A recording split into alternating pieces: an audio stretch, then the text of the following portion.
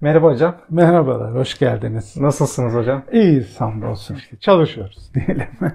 Kolay gelsin diyeyim Sağ ben olun. de. Çok teşekkür ederiz. Davetimizi kırmayıp bizi odanızda ağırladınız. Estağfurullah, estağfurullah. Ben teşekkür ederim. Ben ilk önce Süleyman Özkan kimdir? Profesör Doktor Süleyman Özkan.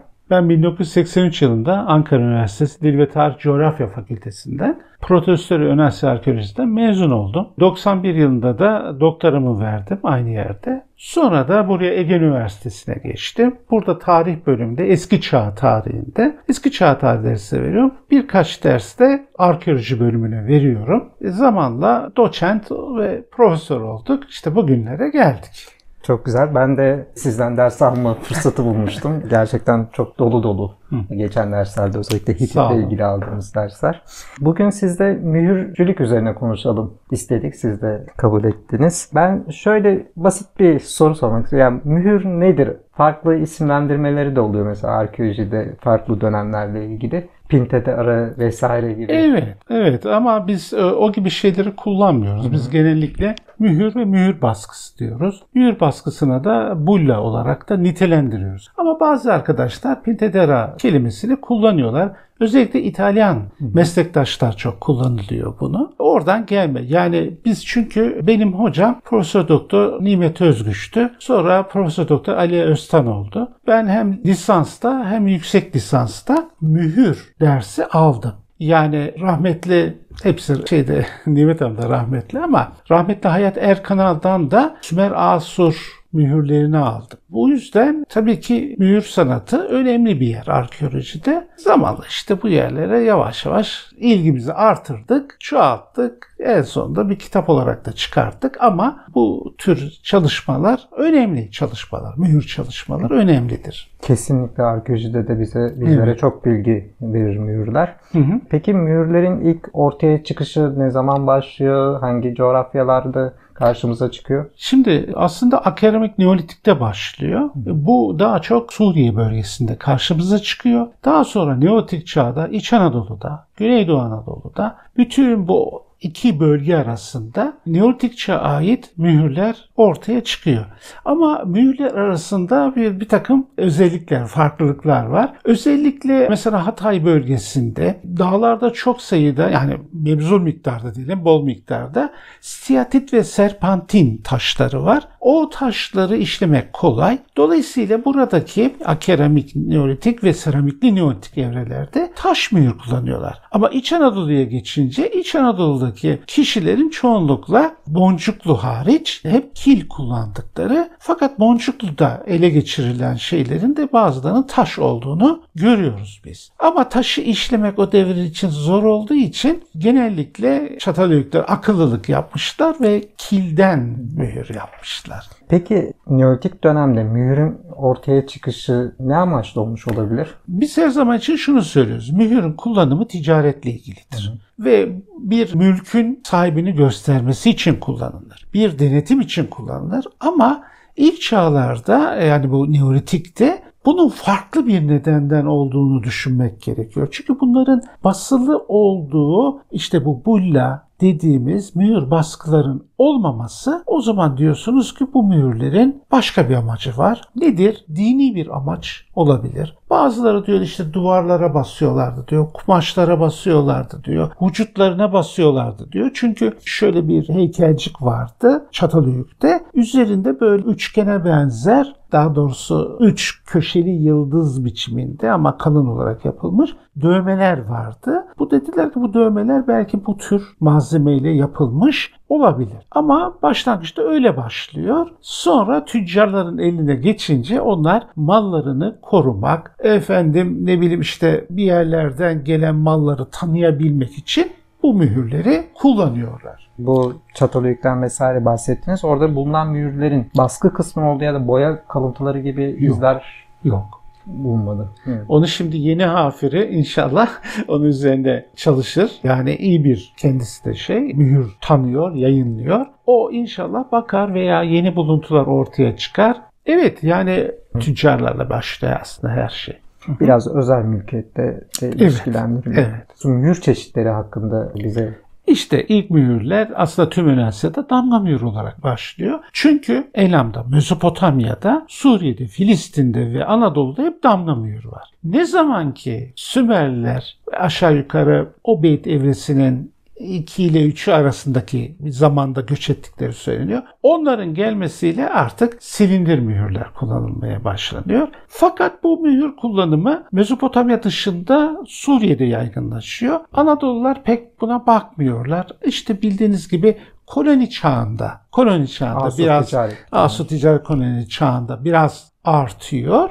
Ama mesela Mısır'da da silindir mühür kullanımı var fakat az. Çünkü Mısırlılar kendilerinin küçük bir böcek biçiminde skrabe denilen, aslında skrab diye okunuyor ama skrab denilen bir mühür kullanıyorlar. Onlar yakılıncaya kadar kullanıyorlar. Onların bir özelliği de şu, yani sadece ticarette kullanmıyorlar, muska olarak da kullanıyorlar. Anadolu'da belki bu pek fark edilmiyor. Genellikle Mezopotamya için işte mühürlerde işte akrep var, yılan var. Bunları da bir muska görevi görüyor falan gibi söyleniyor. Ama hayır, Mısırlarda çünkü mesela 3. Tutmosis, 2. Ramses, 3.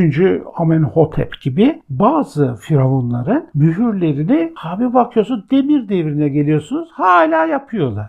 Çünkü onu muska olarak satıyorlar. O şeyleri var. Böylelikle işte damga mühürler, silindir mühürler ve skrabeler olmak üzere kabaca 3 çeşit oluyor. Anadolu'da daha çok damga mühür oluyor. Asur ticaret kolonilerinden bahsetmiştiniz. Asurlular, tüccarlar tabii silindir mühür kullanıyorlar. Peki bu Anadolu'da bir şekilde yerli halk bunu kullanmıyor o zaman. Aslında kullanmıyorlar. Yani yerlilere ait silindir mühürler de var ama bu koloni işleri bitince hemen hepsini terk ediyorlar. Yeniden damga mühre dönüyorlar. Çünkü damga mühür daha kolay. Ve mesela Mezopotamya'da özellikle eski Babil mühürlerinde kitabe önemli. 3. Ur döneminde daha eskiden de öyleydi. Kitabe önemli ama Anadolular cahil diyeceğim. Onlar kitabe mitabe bakmıyorlar. Onların kitabeye önem vermiyorlar. Sadece figüratif olarak bir şeyleri öğreniyorlar. O yüzden tabii o silindir mühür işlemesini de bilenler gerisin geri herhalde ülkelerine dönüyor. Şöyle söyleyelim ama Anadolu grubu oluşuyor. Bir Anadolu stili denilen ve rahmetli Nimet Özgüç'ün kitap olarak yayınladığı bir Anadolu grubu oluşuyor. Ama üzerinde çok az kitabe var. Gerek tablet üzerindeki, yani daha doğrusu zarf üzerindeki isimlere, gerekse kitabelere bakıldığında kullananların Asurlu tüccar olduğu anlaşılıyor. Yani mühür Anadolu'lu ama kullananlar öyle. Hatta o da yetmiyor. Babil'den ve Suriye'den mühür ithal ediyorlar kullanmak için. Ki şunu da söyleyeyim bir bilgi olarak, bugüne kadar yani ben bu konuda eski Asur üslubunu hazırlarken mühürleri baktım. 2000'i geçkin tek mühür var yani. 2000'i geçkin mühür kullanılmış. Zaten eski mühürleri de kullanıyor. Bazı böyle eski mühürleri kullanıyor. Mesela o Beyt döneminin mührünü kullanıyor böyle. O da olmazsa elbisesinin kenarını basıyor. Onu da mühür olarak kullanmak durumunda kalıyor. Asurlar zaten yoğun bir ticari faaliyetleri de var orada. Ben de bir Antep'te çalışırken bir Kilbaşar Höyük'te orada da bir silindir mühür çıkmıştı. Evet. Tabii orası Mezopotamya'ya yakın bir coğrafya. Hatta oraya daha bir coğrafya. Orada dahil edelim. Çok rahat. Silindir mührün fark ediliyor. Yapımı da zor bir şey. Çünkü onu işlemek orada çok zor. Ama inanılmaz da böyle sanatsal yanları da oluyor. Çok de anlatıyor bizlere. Ben de bir yandan aklıma gelmişken sormak istiyorum. Mühürleri, daha doğrusu tarih öncesi de ilk mühürlerin yazı öncesi unsurlar, yazının gelişiminde bir adım olabilir mi? Yoksa zorlama mı olur? O zorlama olur. Çünkü yazı bir sistemdir. O yazı sistemi önemli. Yani çivi yazısı var.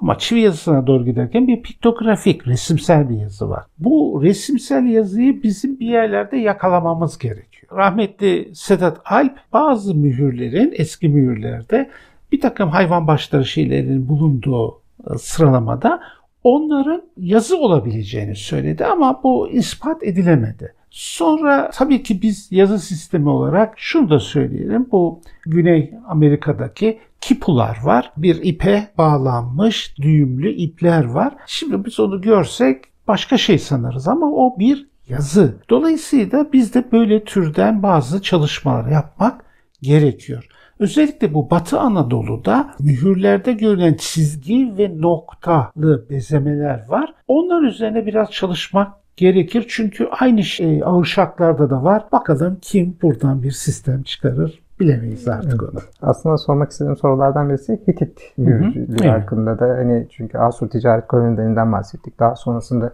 Hititler organize bir devlet kuruyorlar ve Anadolu'ya uzun bir dönem hükmediyorlar. Hitit mühürlerinden de biraz bahsedebilir misin? Tabii yani Hitit mühürleri, tabii Hitit devleti kurulunca bunların geç koloni çağdan itibaren oluşturulan mühürleri eski Hitit olarak kabul ediliyor. Bunlar damga mühürler. Üzerlerinde böyle saç örgüsü içerisinde kuşlar, boğa, aslan veya işte o kuşların birbiriyle dövüşüyorlar ya da bunlara saldırı biçiminde bir konuları var. O konu yaygınlaşıyor ve bunu kabul ediyorlar yani Hitit şey olarak. Sonra bu gelişiyor. Bu gelişme Hitit kraliyet mühürlerin ortaya çıkmasına sebep oluyor. İlk dönemdekiler de Labarna deniliyor. Bu kraliyet mühürlerinin hiçbirisinin şeyi yok, orijinali yok. Ancak imparatorluk çağında bir tane Ugarit'ten ele geçmiş 2. Morşili'nin bir mühürü var taştan. Fakat genelde hocalar bu tür mühürlerin değerli taşlardan yapıldığını söylüyor. Sonra da kralların birden fazla mührü var. Onları da şu şekilde, hani Ugarit'teki mühre bakarak mühür basmaya yetkili kişiler olduğunu söylüyorlar. Yani kralın kendi mührü var, mühürdar derler Osmanlılar'da. O taşıyor. Belki bir Panku Meclisi'nde toplanırken orada bir karar alınınca oraya belki basılıyor. Ama onun dışında mesela elçiler var. Kral adına mesela diyor ki Ugarit'e gittiler. Ugarit'teki askerleri diyor teftiş ettiler. Belki bir rapor yazdılar. İşte onların da mührü var. Mesela onlar da mühür basarak belgeyi resmi hale getiriyorlar. Mesela bir çoğunlukla hepsinin damga mühürdür ve dış bükeydir mühür. Baskılarda iç bükey oluyor. Büyük mühürler 8 ila 10 santim çapında. Ortada figürler oluyor. Civarında 200 satır çivi yazısıyla kendilerini, anasını, babasını falan söylüyorlar. Ama 4. Tutalya'ya geliyoruz. 4. Tutalya'nın silindir mührü var. Onları üzerine Suzan Herborg çalışıyordu. Bu özellikle Nişantepe'deki büyük arşivi yayınladı. Oradan çıktı o. Yani orada bir silindir mührü var. Bu adamın zaten mühürleri farklı. Öbürleri yuvarlak, bunun mühürleri mesela dikdörtgen. Peki neden sizce öyle olmuş olabilir? Vallahi adam zevk sahibi diyelim ne değil mi yani? Benimki de böyle olsun diyebilmiş yani o şekilde. Fakat şeyler var tabii. Bir dolu memurlar var. Valiler, binbaşılar, elçiler, rahipler ve en çok da katipler. Ve onların da kendilerine özgü mühürleri var. Onlar tabii okunuyor, yapıyor. Ama bakıyorsunuz bu mühür mesela damga mühür şeklinde. Yani yuvarlak bir başı, üçgen bir kulbu, yuvarlak bir damgası olan yani damga yüzü olanlar var. Ama onun dışında düğme mühür denilen her iki yüzü hafifçe bombeli olan mühürler var. Ayrıca yüzük mühürler artıyor. Yüzük mühürler var. Bildiğiniz gibi bunlardan bir tanesi Konya mührüdür. Ashmolean Museum'da İngiltere'de Kangal'da bulunmuş olan mührü. Onu Sivas Kangal'da bulunmuş olan altın mührü Sivas Müzesi'nde onu Tuğba Ökse yayınladı. O mührün burada bir şeyi var. Baskısı var. Görmek isterseniz. Evet. Çok güzel. Tuğba hocam da benim yüksek lisanstan hocamdır. Öyle mi? Çok iyi. Bugün yani Türkiye'de en iyi bence mühür konusunda çalışan kişilerden bir tanesi o. Evet. Yani Hasan Peker var mesela hieroglif mühürler üzerine çalışan. Değişik kişiler de var. Hititlerde işte böyle değişik mühürler oluyor.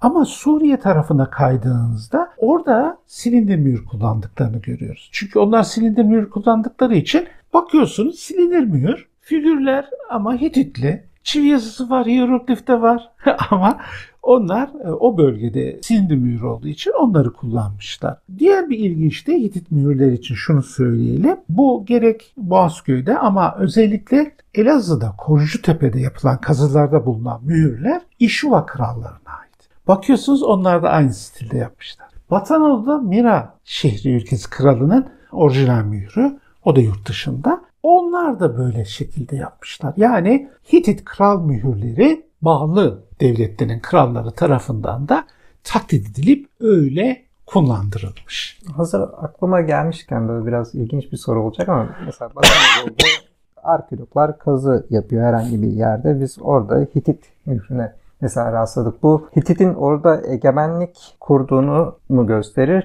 yoksa ticari ilişkilerinin olduğunu mu gösterir? Ya birçok zaten arkeoloji tamam farklı açılardan değerlendirip o bilgiye ulaşmak gerekiyor ama hemen hızlıca yorum yapabilir miyiz? Yaparız. O da şu aslında Hitit mühürleri örneğin Kavuşan'da çıktı. Evet. Kavuşan'da değil mi? Batman'a mı bağlı? Diyarbakır'a bağlı. Ben de gitmiştim. Öyle mi? Çok güzel. Mesela orada çıkan mührü Gülüz Hanım bana gösterdi. Dedim bu Hitit mührü. Bakır.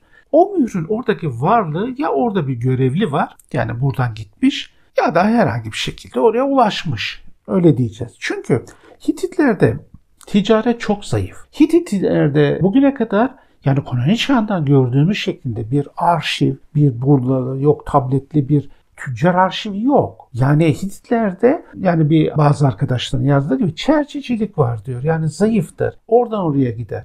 Ama kanunlarda var. Mesela kanunlarda diyor yani bu ülkelerde Lu ülkesinde, Huru ülkesinde diyor eğer diyor öldürürlerse bunların diyor şeyini vereceksiniz. Parasını, mülkünü, cesedini de vereceksiniz. Mesela böyle. Yani anlaşılan bir şey var. Ama genelde ticareti kraliçenin tüccarları yapıyor. Bununla ilgili çünkü bir mahkeme meselesi var. Ugarit'e gitmişler. Ugarit'te hayvanları satmışlar, parayı yemişler. Bunlar da birisi söylemiş. Bunun üzerine onlar mahkemeye çıkmışlar. Yani bizim bu şeylerimiz genellikle mesela Tarsus Gözlü Kule'de ele geçirilen mühürlere baktığımızda hepsinin görevli olduğu anlaşılıyor. Yani Hititli memurlarından dolayı o mühürler orada bulunmuş. Silifke'de Kilisetepe var. Yine onlar da öyle. Egemenliği gösteriyor ama ticareti göstermiyor. Ticaret işleri biraz zayıf. Yani bugün bir tane bulla var. Özel kişi bullası. O da Adana'da bir özel koleksiyonda. Onu yayınlamış. O kadar yani başka şeyleri yok. Ticaret ilişkileri zayıf yani şey. Peki hiç Mısır'da bulunmuş mu Hitit mührü? Evet.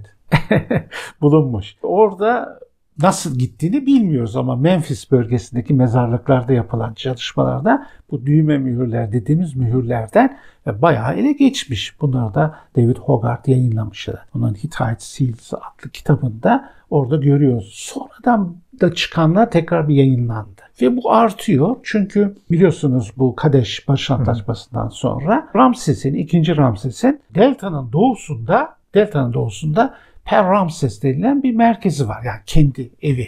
Por, ev demek aslında. Per ya da por. Orada yapılan kazılarda bir tane Hititçe tablet parçası ele geçti. Ve dediler ki bir de yer altında rezistivite yapmışlar. Bir bina çıkmış. Demişler ki bu Anadolu bir bina. Büyük olasılıkla oradan gelen gelin ve mahiyeti kalsın diye orada bina yapılmış. Ve o yüzden tabii normal. Çünkü Filistin'de de bir de yerlerden böyle ele geçmiş mühürler var. Tunç çağını genel olarak düşündüğümüzde mesela Anadolu ile Mezopotamya'yı kıyasladığımızda Mezopotamya'da daha yoğun bir mühür karşımıza çıkıyor. Peki oradaki gelişimden biraz bahsedebilir misiniz? Şimdi Mezopotamya'nın mühür gelişimi dediğim gibi ticarettir. Ticaretten dolayı özellikle başlangıçta şu anda yavaş yavaş Neolitik'e doğru yaklaşıyor. Orada token denilen bazı taşlar var biliyorsunuz veya kilden yapılmış objeler var. Onların şeyleri bulunuyor ve diyorlar ki bunların dışında hemen yapalım. Sabi el Abiyat'la Halil Tekin'in kazdığı Hakemuse'de oralarda bulla bulundu. Demek ki diyorlar ki Sabi Abiyat'ta çok fazla bir ticaret var ve bu ticarette bu mühürler kullanılmış. Böyle başlıyor. Sonra Uruk çağına gelince bu çok artıyor. Güney Mezopotamya Sümerler kuzeydeki ticaret kolonileriyle ilgili olarak tabii bunları çalıştırıyorlar ve mühür baskıları ele geçiyor. Bizde çeşitli yerlerden var ama mesela Cemlet Nasır'a konuluyor gerçi ama Hacı Nebi Tepesi'nde, Birecik'te orada yapılan Ciziteyn'in orada çok miktarda bulla hatta bu küreler, üzeri mühür baskılı küreler ele geçmiştir. O zamanla artıyor. Çünkü Mezopotamya'da toprak tuzlu olduğu için günümüzde buğday yetişmiyor, arpa yetişiyor. Dolayısıyla buğdayı kuzeyden alıyor. Ağaç yok. Yani evet, hurma ağaçları var veya işte o hurma ağaçlarının gölgelerinde Sümerce elma kelimesi, haşhur elma kelimesi olduğuna göre yani elma da yetiştiriyorlar. Çeşitli şeyler yetiştiriyorlar. Ama ne olursa olsun mesela kereste, yapı kerestesini ya Zaros Dağları bölgelerinden, ya Güneydoğu Anadolu'dan ya da meşhur Lübnan dağlarından sidir ağacı getirmekle sağlıyorlar. Onun dışında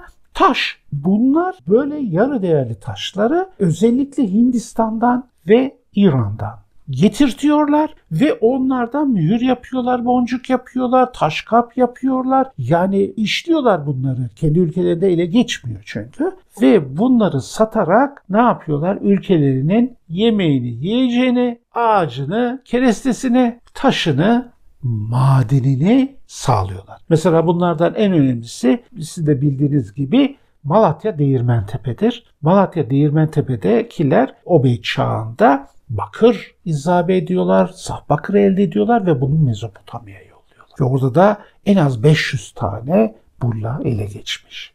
Ve ne yazık ki çok az kısmı yayınlanmıştır. Rahmetli Esin Hanım bunları çok az yayınladı. Bakalım bundan sonra kime kısmet olur orasını bilemeyiz. Ben böyle biraz özetleme açısından da günümüze doğru gelelim. Yani mesela klasik dönemde biraz antik Yunan'da, Roma'dan hani biraz bahsedelim istiyorum. Peki bahsedelim. Yani pek işimiz yok ama bildiğimiz kadarıyla bahsedelim. Çünkü biz eski Ön Asya'da aşağı yukarı Ahamenid'e kadar ki olayları anlatıyoruz ya da görüyoruz yani o. Ondan sonrası çünkü farklı. Ondan sonrası Helenistik döneme geçiyor. Dolayısıyla da ilk dönemlerde yüzük mühürler onlarda yaygın. Yüzüklerde bu işte daha çok akik, kalsedon, kan taşı gibi bazı taşların işlenerek yapılmış mühür baskıları var. Melih Arslan Anadolu Medeniyeti Müzesi'nin onun birçok makalesi var bu konuda. Bunları yayınlıyorlar. Üzerindeki çünkü tanrı tasvirleri, tanrıça tasvirleri, Mısırlı örgeler var falan. Onları habire yayınlıyorlar. Bunlar tabii mezarlarda ele geçiriyor. Altın, gümüş, tunç halkalar üzerine bunlar yapılmış. Ama bu Helenistik Roma döneminde önemli bir grup var. O da tiyatro biletleri. Efendim bu tiyatro biletleri kil üzerine basılmış. Yine tanrıça falan kelleleri, kafaları bulunuyor. Bunları gündüz satıyorlar. Akşam gelince diyelim ki işte aresleri topluyor. Herkes aresleri atanlar içeri giriyor. Ve bunun en büyük koleksiyonu Zöğütma'da bulundu. 100.000'e yakın tiyatro bileti çıktı. Dülük'te var. Bakıyorsunuz Niğde'de Tepe Bağları Höyü'nde bile çıkmış. Teşhirde duruyor. Yani onun dışında da var her tarafta. Bunlarda da en çok karşımıza çıkan şeyler bu Helenistik Roma'da bunlar. Belirli yerlerin Ama mesela Daskülanyon gibi yerden çıkan yaklaşık 400 kadar bulla var. Perslere ait baskılar. Ama işte merkezde o yapılan muhaberatın göstergeleri. Ama muhaberat nerede? Muhaberat çürümüş.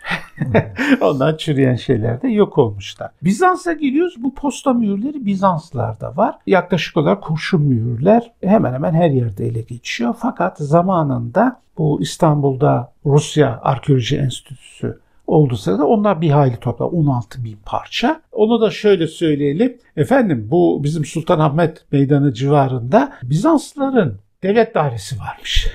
Devlet dairesine tabii bu şeyler getiriliyor papüslerle birlikte. Fakat bizimkiler orayı düzeltirken denize atmışlar. Denize atmışlar fakat deniz gerisini niye attınız diye vuruyor Lodos. Ve Lodosçular var. Lodosçular işte altın toplarken bunları topluyorlar. Ve bunları da bu enstitülere ne yapıyorlar? Veriyorlar.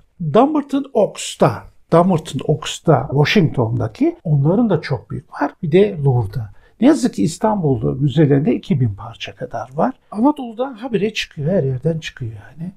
Bakalım yani 1000 tane de orada varsa o kadar. Günümüzde de aslında bir şekil kullanıldığını görüyoruz. Mesela faturumuzu ödemeyince gelip mühür diyebiliyorlar. Ya da bugün Türkiye'deki müzelerde de mesela bazen depoları vesaire yine mührün kullanımı var. Şimdi biliyorsunuz yani mühür her zaman kullanılan şey. Mühür kelimesinin Türkçesi damgadır. Damga ya tamga. tamgadır. Ama mesela biz damga mühür deyince vurularak olan mührü kastediyoruz. Silindir mühür deyince de şurada örnekleri var. Yani yuvarlanan şeyi kastediyor. Şimdi ama bankacılık sisteminde bizim her şeyimiz İtalya'dan geldiği için, İtalyancadan geldiği için mesela onlar da stampa diyorlar. Stampa mürekkebi var. Onlara gelince biz öyle söylüyoruz. Ama değişik şeylere değişik ama hepsi mühür anlamına geliyor. Halbuki ama girmiş işte artık literatüre böyle girdiği için bankacılar da şimdi kullanmıyorlardır belki. Çünkü artık böyle mürekkebi basıp var mı bilmiyorum artık.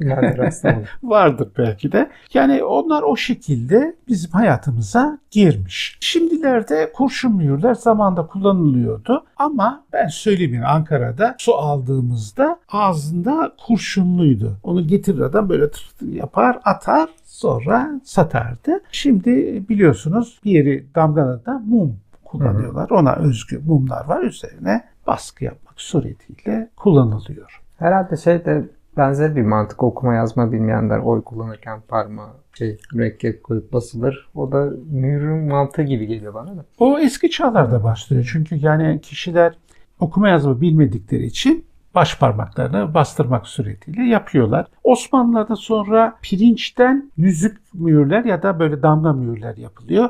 Onu gidiyorsun, adını yazdırıyorsun, sonra gidip bastırıyorsun. Bilmiyor çünkü yazamıyorsun. Osmanlı mühürleri üzerine de çalışmalar var. Topkapı Sarayı'ndaki damgalar var. Onları yapıyorlar.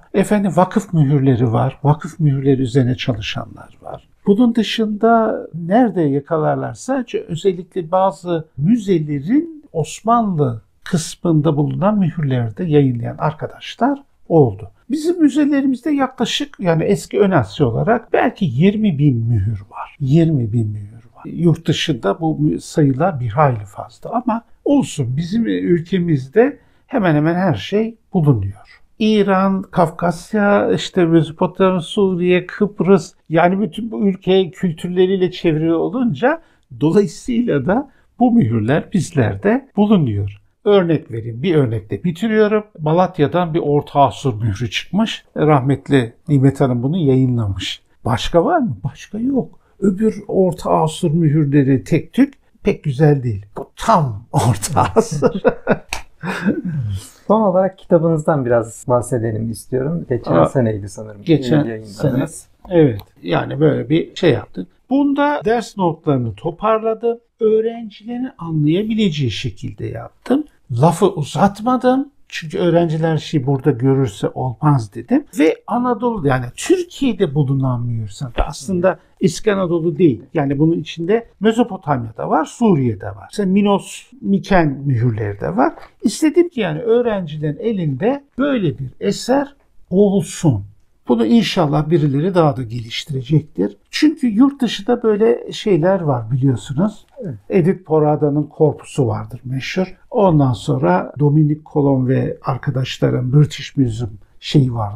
5 cilt. Yani orada bütün mühürleri kronolojik olarak yayınlamışlar. Bunlar ihtiyaç. Yani herhangi bir yerden çıktığı vakit bunlara bakmak gerekiyor.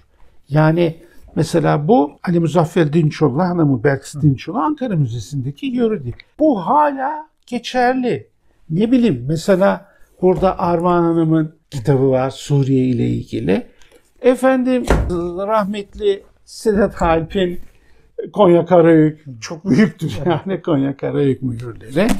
Ve Nimet Hanım'ın kitapları var, makaleleri var. Çok büyük bir literatürü var bunun. Bir yandan liste yapıyoruz, bir yandan satın aldığımızı alıyoruz, alamadığımızın PDF'ini bulursak oraya koyuyoruz. Özellikle İsviçreliler kitaplarını yayınladılar. Ama bu konuda en iyi çalışanlardan birisi rahmetli Dominic Colon'du. Geçen belki sene vefat etti. Yani ne yapacağınız bundan çıkıyor yani. Evet. Çok fazla zaten çıktığından bahsettiniz mühürlerin. Yani bir ihtiyaç. Sonuç olarak Türkiye'de arkeoloji eğitimi alan, bu alanla ilgilenen kişilerin bu tarz kaynaklar çok verimli ve değerli oluyor. Şunu söyleyeyim. Herhangi bir tabakada çıkarılan sikke o tabakayı tarihliyorsa mühür de tarihliyor. Eğer tam tabakasında çıkarsa yani alttan karıştı üstten indi değilse o tabakayı tarihlememiz mümkün oluyor.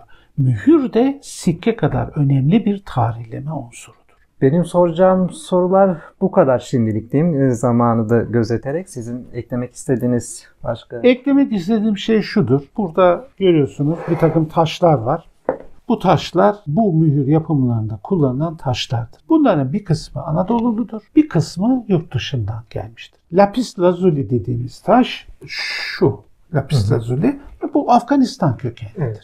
Sümerler birlikte gelmişler ve Sümerler de bunları ne yapmışlar? Kullanmışlar. Öbürleri de öyledir. Çok değişik taşlar var. Onların bir kısmı İran'dan geliyor, bir kısmı Batı Anadolu'dan geliyor. Yani değişik yerlerden geliyor ve bunları işleyen ustalar boncuk da yapıyor, mühür de yapıyor. Bunları da bilmek gerekiyor. Yani aynı zamanda bu taş bilgisine de sahip olmak gerekiyor. Kesinlikle. Çok teşekkür ederiz hocam. Rica ederim. Umarım başka bir konuda tekrar konuşuruz. İnşallah. Ne diyelim? Vaktimiz oldukça sizle çok konuşmayı isteriz yani. Sağ olun. Hoşça kalın. Hoşça kalın.